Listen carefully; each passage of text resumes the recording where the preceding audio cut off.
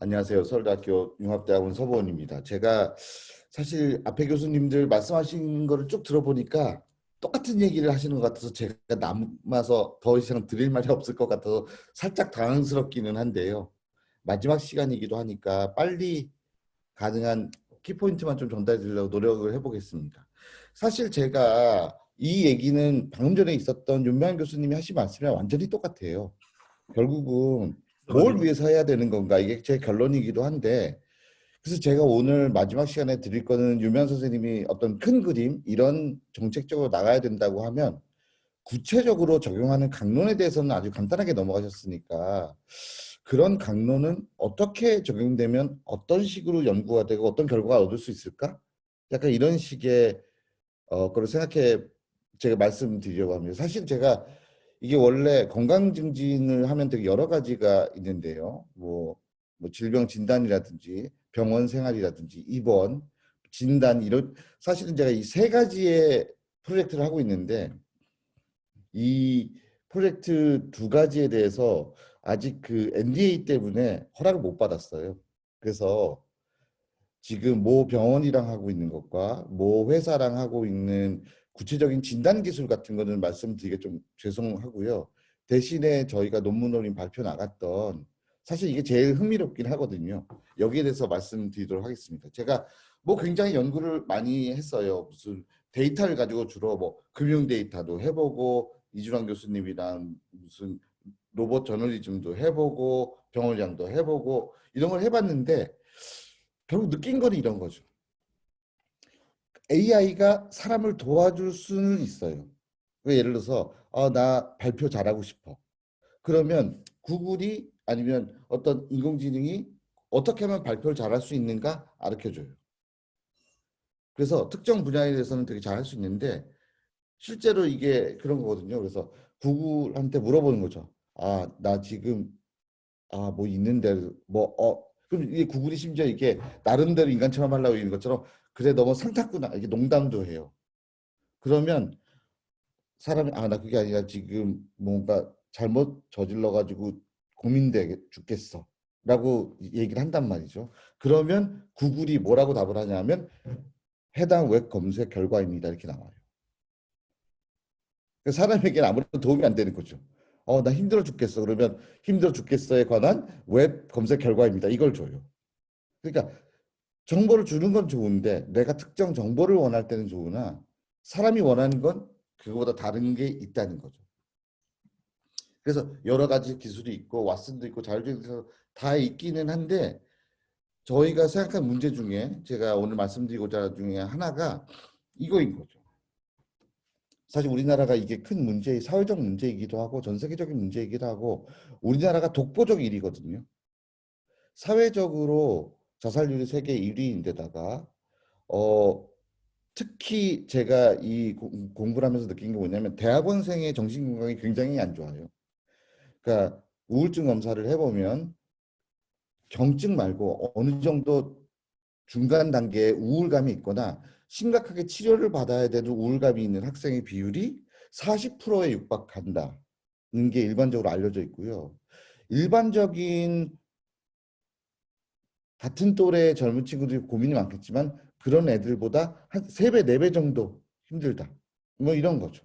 그래서 이걸 어떻게 해야 되는가?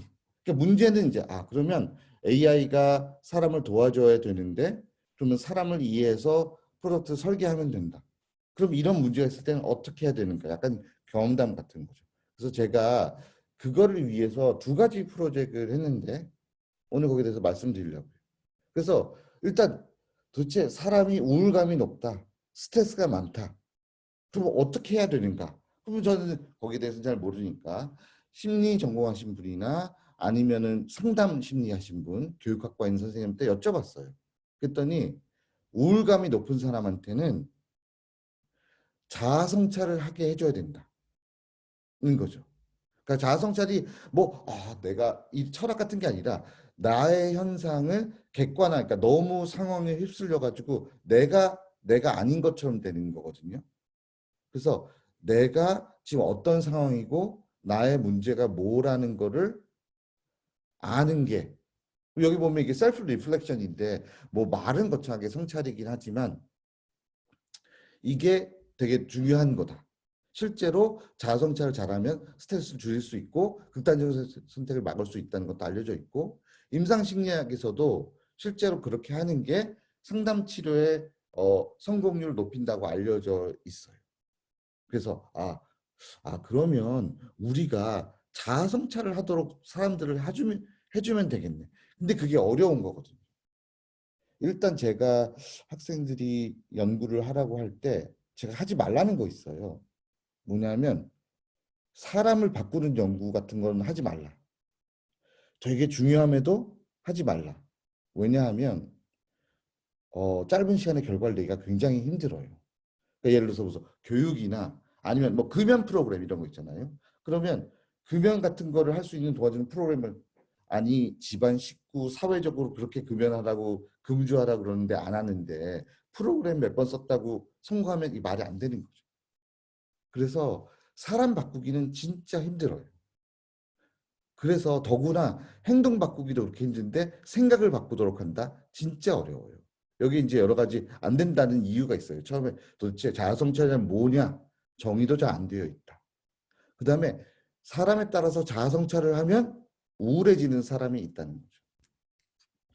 그런 경우도 있고.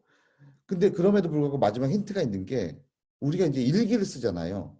일기를 쓰면 일기를 쓰는 동안에 하는 행동이 자기 하루를 생각해 볼 기회를 준다는 거죠. 길거나 짧거나. 그래서 자아성찰할 수 있는 기회를 제공하는 측면에서 심리적으로 굉장히 좋다. 라는 얘기가 있는데 글쎄요. 지금 여기 성인 되시는 분 중에 일기를 쓰시는 분이 몇 분이나 될지 저는 잘 모르겠어요. 저도 당연히 안 쓴 지 너무 오래됐고요. 네.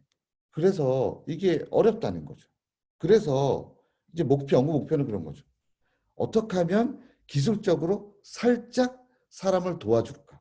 요거 넛지라고 하잖아요. 이 왼쪽에 있는 그림이 그 뉴욕타임스에 나온 사람을 넛지 하는 거고요. 이 넛지라는 게 티나지 않게 살짝만 도와준다는 거예요. 이 오른쪽에 있는 이게 남자분들은 다 아실 거예요. 혹시 여자분들, 여성분들은 못 보셨을 기회가 있을지 모르겠지만 이게 남자의 화장실에 가면 소변기에 이렇게 있습니다. 소변기에 다른 소변기가 있는데 별게 아니라 거기에 파리 한 마리가 그려져 있어요. 혹시 이거 아시는 분은 아시겠죠? 되게 웃겨요. 그냥 소변기가 있는데 아주 점 같은 파리를 하나 일부러 그려놓은 거죠. 근데 이게 이제 2007년인가 암스테르담 공항에서 제일 처음 시도한 건데 이 다음에 이렇게 흘리는 건수가 80%가 줄었다고 합니다. 그러니까 자기도 모르게 사람들이 저걸 조준하게 된다는 거예요. 네. 이걸로 비헤이비어럴 이코노믹스로 노벨상을 두 분이나 두 팀이나 타셨죠. 네. 그러니까 사람의 행동을 살짝 도와주면 된다. 뭐 예를 들면 이렇게 소변기에 그림을 그려놓는다거나 아니면 메뉴판 우리가 어디 좋은 데 가거나 아주 비싼 물건 산 집에 가면 말도 안 되게 비싼 음식이나 비싼 가방이나 시계가 있어요. 그 이유는 그 사람들이 그걸 팔라고 놓은 게 아니에요.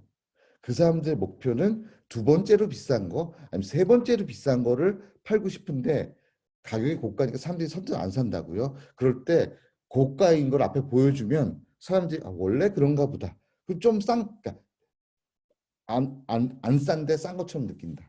이런 거죠.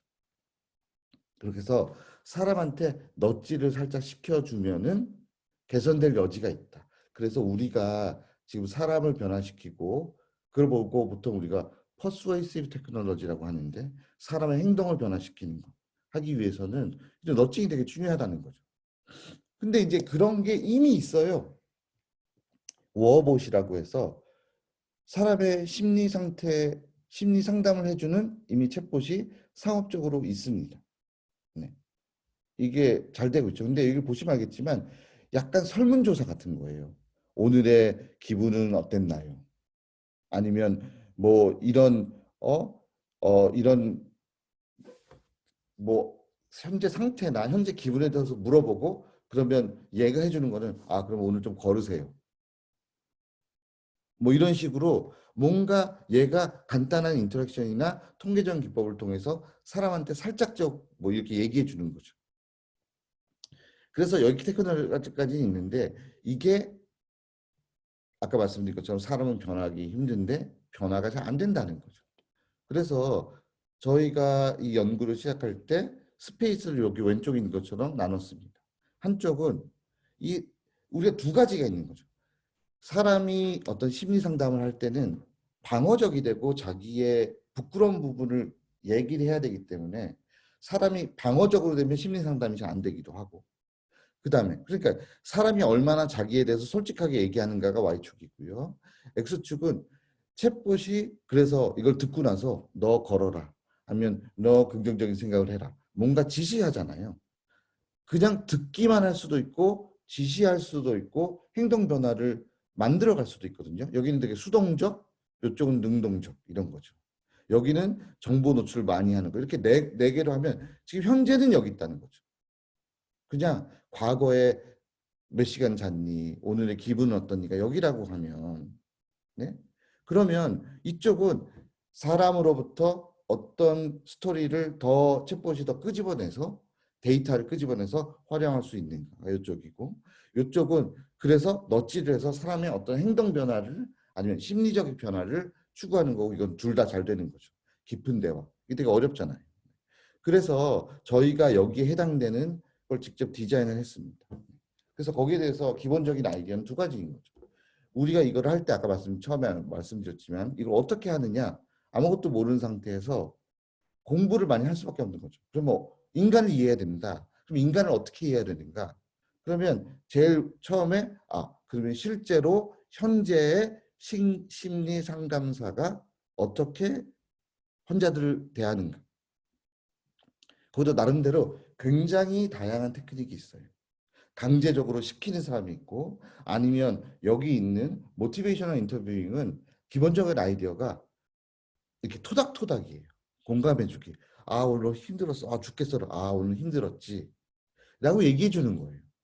그러니까 만약에 다른 주의가 여러 개가 있는데 하나는 힘들었어? 그러면 예를 들어서 오늘 날이 추워. 그럼 뛰어 이렇게 하는 거 있잖아요. 그게 이제 반대인 거고 여기 추워 그러면 오늘 추웠지 힘들었지. 그 사람에게 공감해 주면서 그 사람의 행동 변화를 이끄는 이런 방법이 모티베이셔널 인터뷰이고요. 또 하나는 여기 지금 90년대부터 일기에서 와서 실제로 사람한테 글을 쓰라고 하는 거예요. 그러면 이게 일기 쓰는 거는 그냥 자유 포맷이지만 어느 정도 정해진 포맷으로 글을 쓰게 하고 너 기분이 왜 나빴니? 어떻게 나빴니? 스스로 반추할 수 있는 이 결국은 스스로 자아 성찰할 수 있게 글을 쓰는 그래서 이 이름이 아예 테라퓨틱 라이팅이라는 기법이 있습니다. 그래서 이 두 가지를 놓고 이것을 하나는 심리치료에 활용되는 거 한쪽 둘 다 심리치료에 활용되는 기법을 어떻게 하면 인공지능 쪽으로 넣어볼까 한 거죠. 그래서 그 두 개에 대해서 간단하게 설명드릴게요. 제일 처음에 한 게 보노봇이라고 하는 겁니다. 이게 영어로 되어 있어서 좀 그렇긴 한데 제가 확대를 해보면요.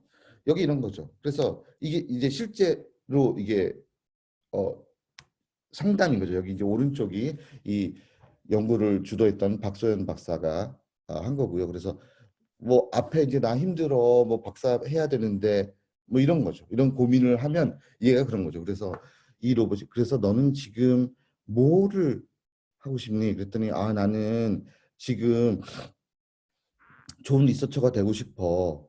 그러면 얘가 일단 공감해 줘요. 그래. 연구하는 그 대학원생들은 많은 사람들은 그렇게 얘기를 하지. 그리고 대학원생 하는 건 힘들어. 라고 토닥토닥을 해주고 그 다음에 그래서 그 언제 문제가 해결될 것 같아? 어떻게 하면 해결될 것 같아? 라고 물어보는 거죠. 얘가 해답을 직접 제시해 주지는 않아요. 이 테크닉을 물어보는 거죠. 그러면 나 논문 좀 몇 편 쓰면 될 것 같은데. 그러면 얘가 또 얘기해 그래 논문이 많이 필요하구나. 괜찮아. 잘하고 있어. 이런 식의 대화를 계속 이어가는 겁니다. 이게 실제로 있는 테크닉이에요. 이거를 구현한 거죠. 그래서 기본적인 아이디어는 질문을 던지고 공감해 주는 거죠. 그러면 질문을 어떻게 정하는가? 그러면 여기 아래에 있는 책들이 있는데 여기에서 상담하는 분들이 쓰는 질문을 다 수집을 하는 거죠. 일반적인. 그래서 여기 보면 어떻게 질문을 하는가, 어떻게 하면 사람들이 생각할 수 있는가에 대한 질문의 형식이 교재처럼 인터뷰잉하는 심리치료서에 다 있는 거죠. 그래서 그걸 다 모아서 가지고 있고. 그 다음에 이런 기법만 있으면 되는 건 아니고 우리가 실제로 대학원생을 위로하려면 대학원생의 생활을 알아야 되잖아요.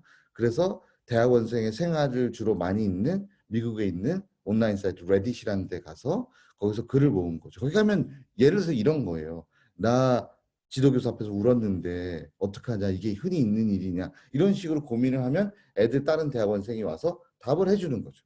그러니까 이걸 모아서 대학원생이 어떤 고민을 가지고 있는가, 실질적인 내용, 그러니까 토닥토닥과 실체적인 내용 두 가지를 가지고 있는 거죠. 그래서 뭐 아주 테크니컬 디테일까지는 가지 않겠지만, 그래서 내가 예를 들어서 사람이 나 졸업할 수 있을지 모르겠어 라고 하면 이 문장을 통해서 핵심적인 내용은 알고 싶다, 졸업하는 걸 알고 싶다. 그러면 여기에 해당되는 유사한 문구들이 되게 많아요. 뭔가 질문에 집중하는 질문, 아니면 생각을 촉발하는 질문, 아니면 스스로 반추하게 하는 질문, 아니면 토닥토닥. 이게 마지막에 토닥토닥이죠. 그래서 이런 게 있고, 그럼 현재 전후 문맥을 보아서 이 네 가지의 후보자 중에 적절한 답을 해주게 됩니다. 그래서 처음에 나 졸업할지 모르겠어. 그러면 어떻게 하면 졸업을 할 수 있을까?라고 물어보는 거죠. 네, 이런 식으로. 그래서 제가 말씀드리고 싶은 건 이게 기술적으로 약간의 챌린지가 있지만 사실 더 챌린징한 거는 어떤 질문을 해야 사람이 기분 안 나쁘고 이걸 잘 이해할 수 있을까? 이런 거였죠. 그래서 그런 선행 연구, 심리학이나 상담 심리학, 교육학에서 많은 걸 따왔죠. 그래서 이걸 했더니 그래서 30명의 학생들을 모집해서 IRB를 통과해서 했더니 사람들이 그런 거잖아요. 자아 성찰을 유도하는데 사람들이 실제로 긴 결과가 있지만 이게 실제로 여기 아래 있는 것처럼 SCI 논문으로 나가긴 했는데 사람들이 깨닫는 거죠. 이게 질문을 받으면 스스로 주위에서 아무도 그런 대답을 질문을 해주는 사람이 없는 거예요. 친구들끼리도 민감하게 우리가 항상 뭐 농담 삼아 얘기하지만 대학원생한테는 언제 졸업하냐고 물어보면 안 된다. 약간 금기시되어 있잖아요. 그런 것처럼 알고 있지만 물어봐 주지 않는 거를 기계의 힘으로 물어봐 준다. 이게 효과가 있다는 거죠. 자아성찰에. 그 다음에 공감을 해주면 사람들이 여기에 이게 기계인지 알면서도 거기에 위로를 받는다는 거죠. 그러면서 더 많은 그 사람의 얘기를 끄집어낼 수가 있다. 이게 되게 좋았던 점이고요. 나빴던 점은 이게 한국 학생들에게 아니면 사람에게 똑같은 건 어떨 때를 보면 이 반응이 위로가 되고 참 좋았는데 그래서 어떻게 하라는 얘기는 안 해준다. 나 졸업을 하고 싶다. 그러면 예를 들어서 논문을 1년에 몇 편을 쓰고 언제까지 뭘 하고 마치 이게 기계임에도 그런 프리스크립션을 내주기를 원하는 거예요. 그러니까 정답을 원하는 거죠. 기계에게서. 근데 우리는 정답을 줄 수는 없어요. 스스로 찾는 거죠. 네. 그래서 그런 문제가 있었다. 나름대로 잘 되고 물론 지금은 대학원생밖에 안 되지만 실제로 돌아가는 시스템이고 실험도 했습니다. 그 다음에 이제 두 번째 챗봇이 이거죠. 그 치료적 글쓰기를 통해서 사람들의 위안을 주고자 하는. 그래서 약간 일기 스타일이라고 해서 이름을 다이어리 봇이라고 해서 이게 실제 내용인데요. 이 앞에 이 내용은 시어머니와 며느리 사이에 갈등이 있는 거죠.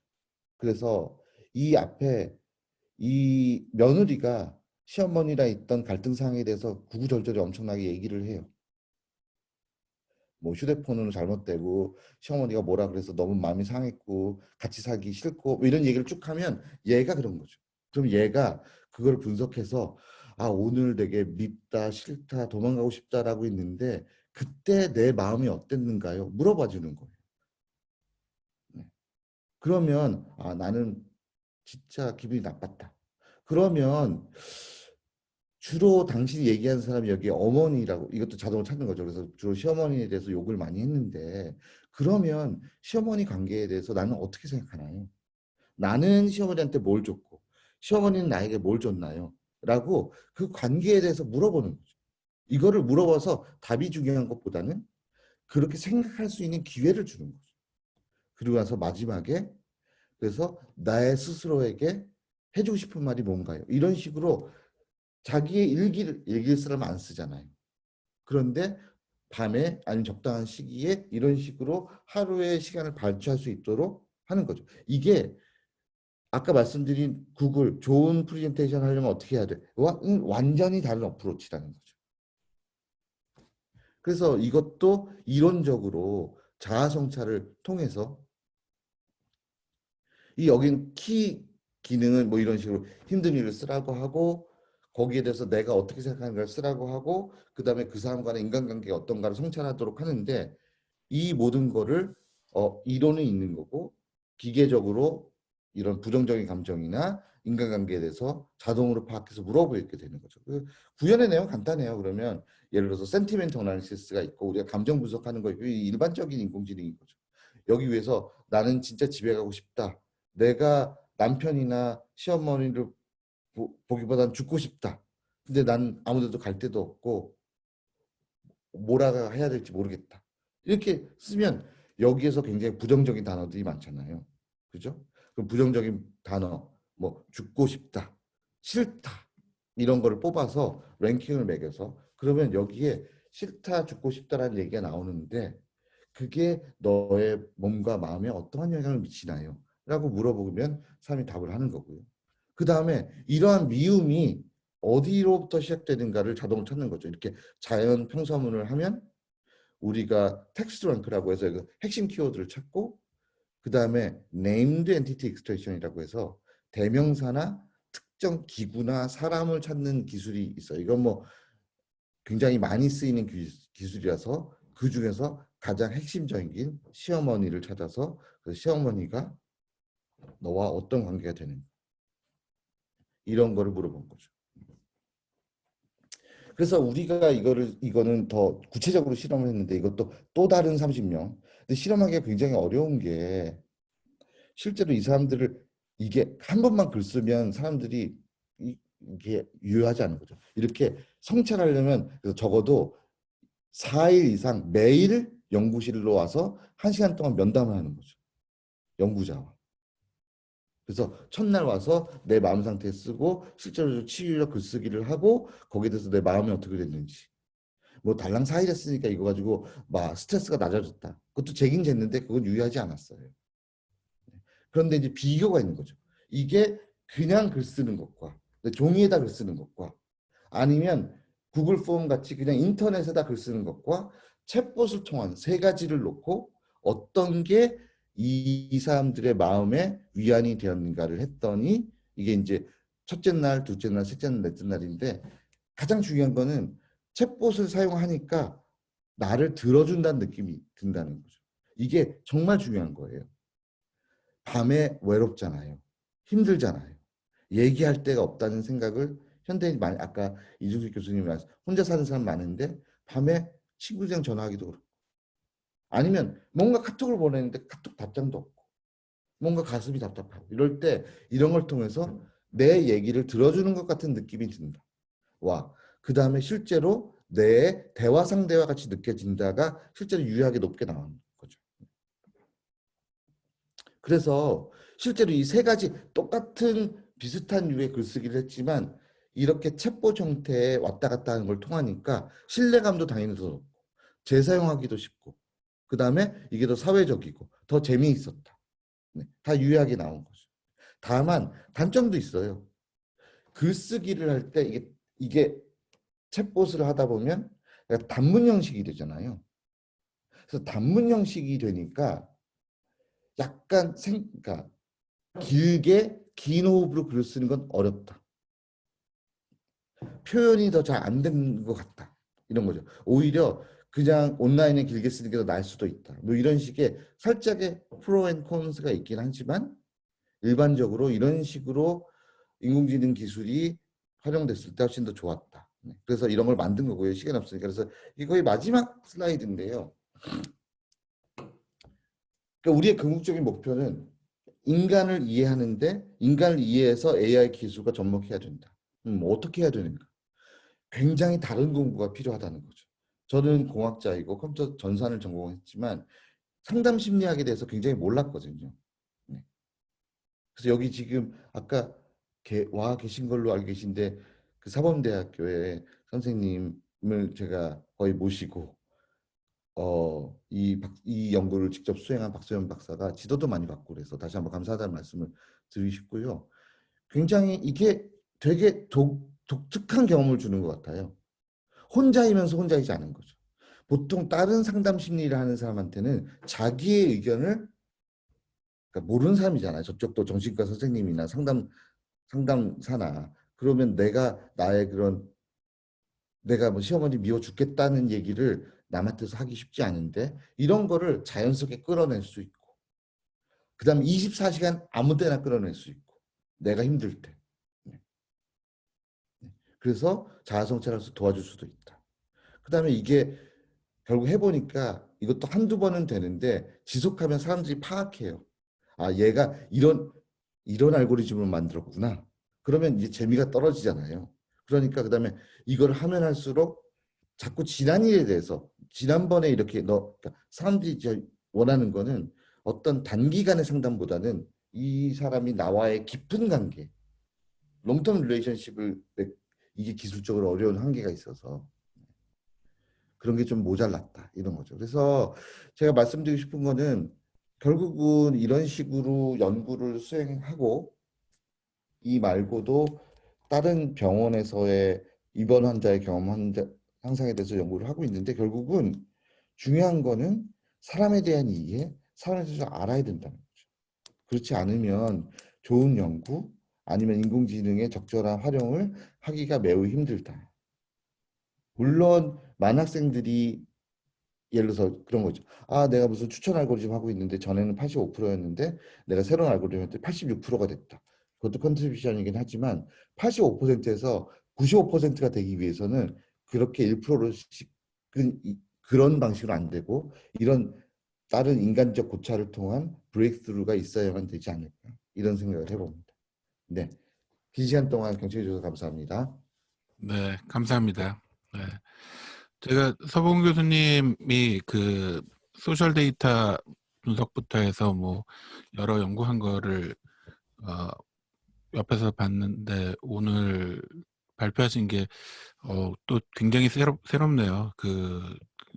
굉장히 이 심리 분석하고 뭐 얘기까지 하시니까. 선생님, 이 채팅창에 질문이 몇 개 들어왔는데 한번 네, 네. 봐주시겠어요? 네, 일단 첫 번째 이하은 님이 하신 거는 스트레스 불가 이게 무슨 얘기인지는 감정을 공감 이거는 아마 스스로 정리하신 것 같고요. 그 다음에 두 번째 질문은 사람의 애플 스마트워치처럼 그렇게 요즘 이게 있는 거죠. 이게 이미 상업화돼서 심전도를 체크하긴 하지만 사실은 혈압, 심전도, 산소 포화도 등등의 센서가 있어서 결국 궁극적으로 애플이 하고 싶은 거는 스트레스인 거예요. 그래서 아, 너 스트레스 많다. 아까 유명 선생님께서 말씀하신 것처럼 퀀티파이드 스트레스. 내가 지금 사람이 스트레스 많이 받으면 내가 스트레스를 받고 있는지 아닌지도 몰라요. 그다음에 내가 인터넷을 얼마나 쓰는지도 몰라요. 그러면 이런 기계가 그걸 재서 당신의 오늘 스트레스는 평상보다 높았다. 몇 퍼센트 높았다. 당신은 오늘 인터넷 몇 시간 활용했다. 이런 식으로 정보를 주면 그 정보를 통해서 사람들이 자아성찰하게 돼서 행동 변화를 이끌게 된다. 그래서 이미 애플워치가 하고 있고 정신건강을 이미 서비스 나온 걸로 알고 있습니다. 네. 그래서 이게 지금 그것뿐만 아니라 궁극적으로 지금 여러 가지 애플이나 아니면 삼성이나 이런 거는 이런 온몸에 있는 센서 시계만 가지고 결국은 이런 거 있잖아요. 당신이 이미 특허가 있는 걸로 알고 있는데 당신이 24시간 내에 심장마비 걸릴 확률이 매우 높다. 심지어 이런 것까지 지금 하고 연구하고 있는 회사가 있는 걸로 알고 있어요. 그러니까 단순히 신체적인 건강, 그다음에 정신적 건강 이런 것도 그게 살짝 무섭기는 하네요. 그래도 사람 마음을 뭐, 아는. 예, 뭐, 저기 질문 하나 더 들어왔네요. 자아성찰. 네. 그러니까 자아성찰과 그러니까 이게 결국 둘 다 필요한 거죠. 음, 네. 그러면 성취감 일단은 성취감은 긍정적인 거를 부스트하는 느낌이 있기는 하거든요. 근데 성취감을 못 느끼는 경우에 성취감을 느끼면 사실 뭐 학생 여러분 많이 계시니까 SCI 논문 한 번 되면 그동안에 고생했던 게 싹 사라지잖아요. 완치되잖아요. 네. 근데 이제 자아성찰은 그렇게 성취감을 매일매일 느끼기는 쉽지가 않은 것 같아서 제 생각에 자아성찰이 더 중요하다는 생각이 들기는 합니다. 이거 개인적인 생각이고요. 매일매일 자기 효능감을 느낄 수 있는 생을 살면 매우 행복한 분이 아닐까요? 네, 맞네요. 그 질문 하나 드립니다. 저 이영기이고요. 네, 서봉 교수님 오랜만에 뵙습니다. 네. 도대체 학교에서 뵐 수가 없으니까. 그 어, 혼잣말은 도움이 안 되는 겁니까, 그럼? 혼잣말 저는 개인적으로 혼잣말 도움이 된다고 생각합니다. 근데 여기는 전부 다, 예, 다 이렇게 리스폰시브가 그러니까 다시 말해서 인터랙티브하게 반응이 있는 그런 경우를 하셨잖아요. 근데 그러니까 다이얼로그가 아니라 그냥 혼자 모놀로그인 경우에 네, 그런 경우는 그 어떤 뭐 건강, 그러니까 정신 건강 또 어떤 우울 증상을 해소하는 데 도움이 좀 되지 않을까요? 어떻게 생각하십니까? 네. 혹시 아시는지 모르겠죠. 여기 있는 계신 분, 그 학교 대학생활원에 서울대학교 대학생활원에 알렉산더 테크닉 강좌라는 걸 하거든요. 이 스트레스가 많이 쌓이면 음, 대학원생 학생이나 교수 다 지원할 수 있는 제가 알기에 알렉산더 테크닉이 뭐냐면 가서 모아서 소리 지르게 시키는 겁니다. 음, 그러니까 아무 소리나 평소에 자기의 감정을 입 바깥으로 내지 않는 사람이 되게 많은 거예요. 그거를 한 번이라도 이렇게 하는 게 도움이 된다는 주의가 있습니다. 음. 저희 그 정신과 선생님한테 그 얘기를 해봤더니요. 병원에 이제 정신과 선생님한테 얘기해봤더니 그 혼자 얘기하는 거 도움이 된다고 그러니까 벽을 상대로 면벽해서 혼자 얘기하는 거 도움이 되는데 만약에 벽에서 누군가 얘기를 하는 것 같으면 그때는 병원에 오셔야 된다고 이렇게 얘기하더라고요. 그러니까 이제 제가 하는 게 벽 네. 대신에 휴대폰에다 얘기하면 좀 낫지 않을까요? 아. 근데 제가 녹음 안 했는데 휴대폰이 나한테 뭐라고 얘기하는 것처럼 하면 이제 그 의학적으로 이제 hallucination, 그러니까 다시 말해서 자극에 인입이 없는데 이제 느끼는 걸 말하는 거거든요. 근데 그렇게 되면 이제 병원에 가야죠. 네. 네. 재밌게 잘 들었습니다. 네, 질문 중에 또 하나 저희가 쓴 건 PSS라고 해서 스트레스를 나타낼 수 있는 그 척도가 많거든요. 실제로 심리학이나 의학에서 쓰는 우울감 스트레스 진단은 PSS라는 표준화된 지표를 사용했고요. 네, 그래도 무서운 얘기가 정신치료 약물 그렇게 될 수도 있겠죠. 근데 그 지금 얼마 전에 그 저기 전기자동차 만드시는 분 누구죠? 앨런 마스크. 앨런 머스크가 뇌에다가 직접 전극을 넣어서 음, 할 수 있는 뭐 이런 식의 디바이스가 미래에 될 것이라고 공언은 딴 사람이 얘기했으면 안 믿었을 텐데 그분이 한다니까 뭐 그럴 수 있지 않을까? 실제로 그렇게 하는 거는 아마 제가 살고 있는 세대에서는 없을 기술이지만 향후에는 가능하지 않을까 이런 생각이 들고요. 그다음에 자아 성찰할 수 있는 능력은 이건 좀 모르겠습니다. 자아 성찰을 하는 능력을 기르려면 어떻게 해야 되는가? 한번 일기를 써보시는 게 어떨까요? 그게 검증된 방법이니까요. 그래서 사실 아까 말씀드린 것처럼 스스로 그 우리가 그 세계 나라별 삶의 만족도를 하면 방글라데시가 항상 세계 1위 하잖아요. 거기가 먹을 게 많고 돈이 많고 그래서 그런 게 아니라 거기는 그냥 작은 일에 자기 효능감이 높은 것 같아요. 사회가 그런 식으로 구조가 되어 있는. 근데 저희는 반대로 굉장히 자기 효능감이 떨어지는 사회거든요. 현재 우리 뭐 이걸 다른 말로 하면 다들 화가 나 있다. 이런 식으로 표현을 하지만 결국은 그게 자기 효능감이 그러니까 저는 우리나라의 사회적인 정신 건강이 굉장히 우려되는 상태라고 하긴 여러분들이 화가 나 있어요 지금. 저부터도 화를 안 내려고 노력을 한번 해보도록 하겠습니다. 하여튼 이런 연구가 있고 앞에 거는 논문이 나왔고 뒤에 거는 논문이 제출된 상태고요. 관심이 있으시면 저에게 또 알려주시면 좀 알려드리겠습니다. 네, 감사합니다. 제가 클로징 할게요. 네. 그 아침 10시부터 9분 교수님들 의미 있는 주제 발표를 많이 해주셨고요.